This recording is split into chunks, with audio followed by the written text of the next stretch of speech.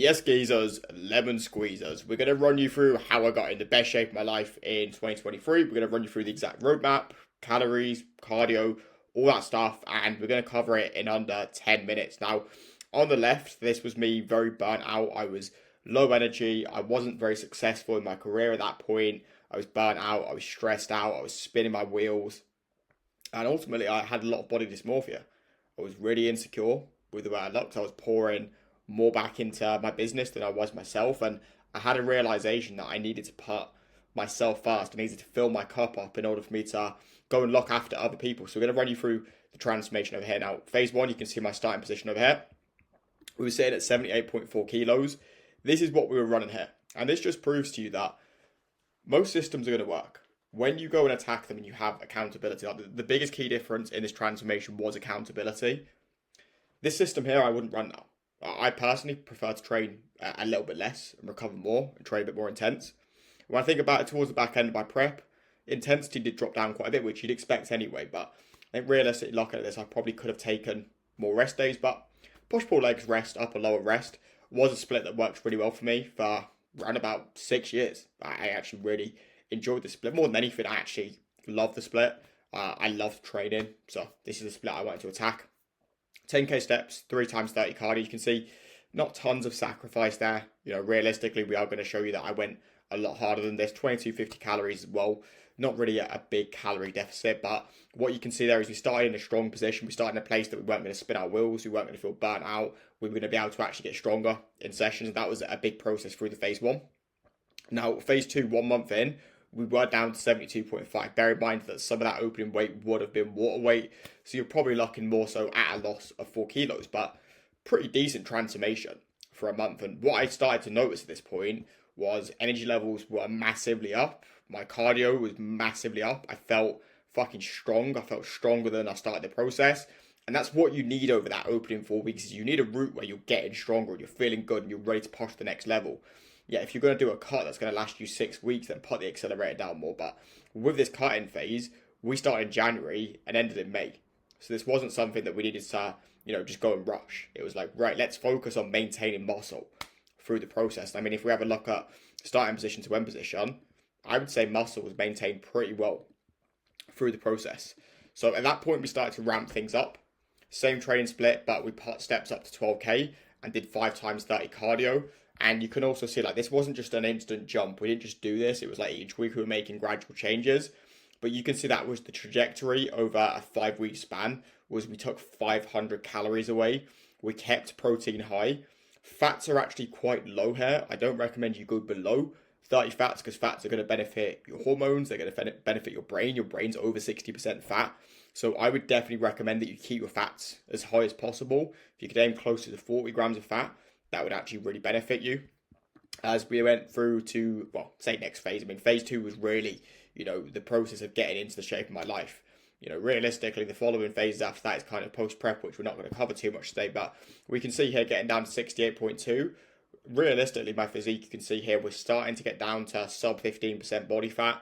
We're in a good place. The lighting's not too good here, but we're starting to have, visible abs. And to be honest with you, I would actually say this weight here was a very good weight for me to be at. If I wasn't doing a photo shoot, I would have probably stayed at this weight here. I think there was any need for me to push any further than this because realistically, the further I went beyond here, my energy levels went down, my strength went down. And for me now, that isn't the priority. I focus on the way I train for the way I feel. But I wanted to get into the best condition. I wanted to get the leanest possible, which is exactly what we managed to do. As you can see here, we increased steps up to 13k, so quite a significant jump when it comes to the steps again. Realistically, we'd added 3k steps in the space of 6 weeks, 21k steps a week. It doesn't sound like a lot, but 21k extra steps a week does go a long way to your fat loss progress. We can see calories got attacked. When I was in this place, I stopped dropping body weight so fast. And I find people get to this level and they're not willing to push to this level. Like, bear in mind that I was working 40, 50, 60 hour weeks some weeks. I was teaching classes at 6 in the morning and PT until 8 p.m. on the evening. So when someone comes to me and says to me, Matt, I can't go below 1600 calories or I can't do 5 times 30 cardio, I won't do this. That's what it sounds like more to me is I won't rather than I can't. Because I've done it myself working 60 hour weeks and it's not fucking easy. You have to sacrifice. If you want to get in the shape of your life and you're not overly genetically gifted like myself, I never was the leaner guy. I'd never even been, this is the leanest I'd ever been. And we pulled off another 5 kilos from here. If you're not willing to take things to this level when you're at a similar body weight to me, you're not going to get as lean as what I got and as lean as you want to get. You've always got to do more. You know, if you're not tracking the basics, if you're not tracking your calories to 100%, if you're not hitting your steps for 50% of the time, even if, you know, if you're missing 20% of your steps, if you're not hitting your cardio, then you're going to get 50% worse results. So that's something I would definitely factor in. Is you need to be fucking on it like a carbonate. You've got to be willing to push. You got to be willing to push soon as well. It's like we were fucking ramping this up on a week-to-week basis. There was a change each week. You know, the dials were turning, the clocks were ticking. Realistically, each week we needed to accelerate. Otherwise, we'd have got to 10 weeks down and been like 73 kilo. Whereas we're 5 kilos ahead of the game because we part that accelerator down. We look at 1 week out. Look at how skinny I looked here. Look at how depleted I looked here. If we have a look at the difference between these two, that is 1 kilo body weight difference. And that is the difference between drying out and filling up with carbohydrates. So when you see stuff on Instagram, remember that it's a highlights reel, because I didn't look like this for, you know, I didn't look like this. I didn't look like, I'm not here to frame things that I looked like this all the time.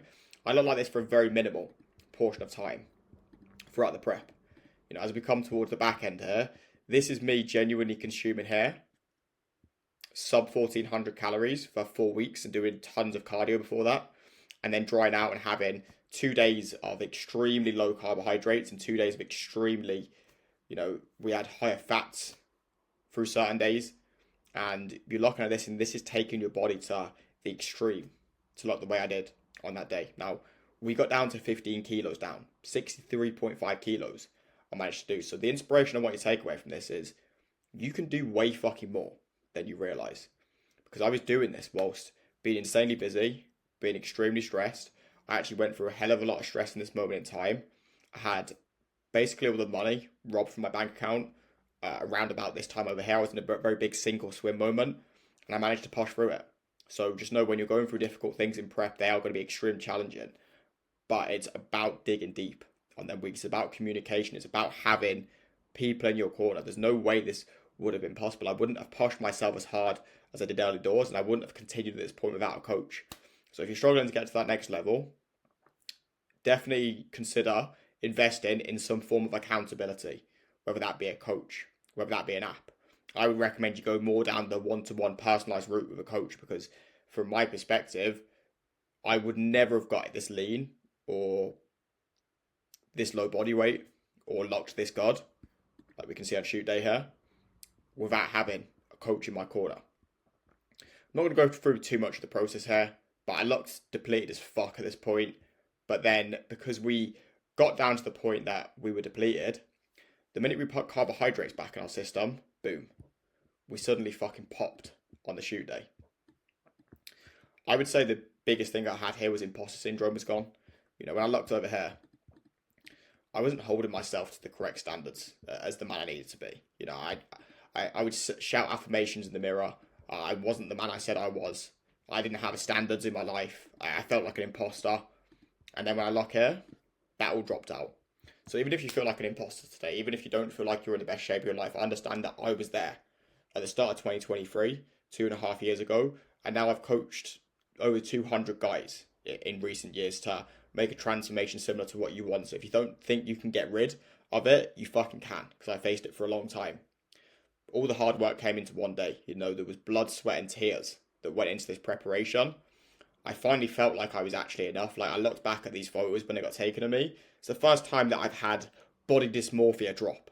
I looked back at the photo and thought, Matt, you're pretty decent on that photo. First time I've ever said that in my entire life. There was a lot of times I wanted to quit. I ran you through a couple there. I wanted to do this in under 10 minutes, so I'm not going to go through too many, but just know there was a lot of times I wanted to quit. A lot of ups and downs. You know, consistency is the key. And trust in the people that are in your corner, because progress won't be linear.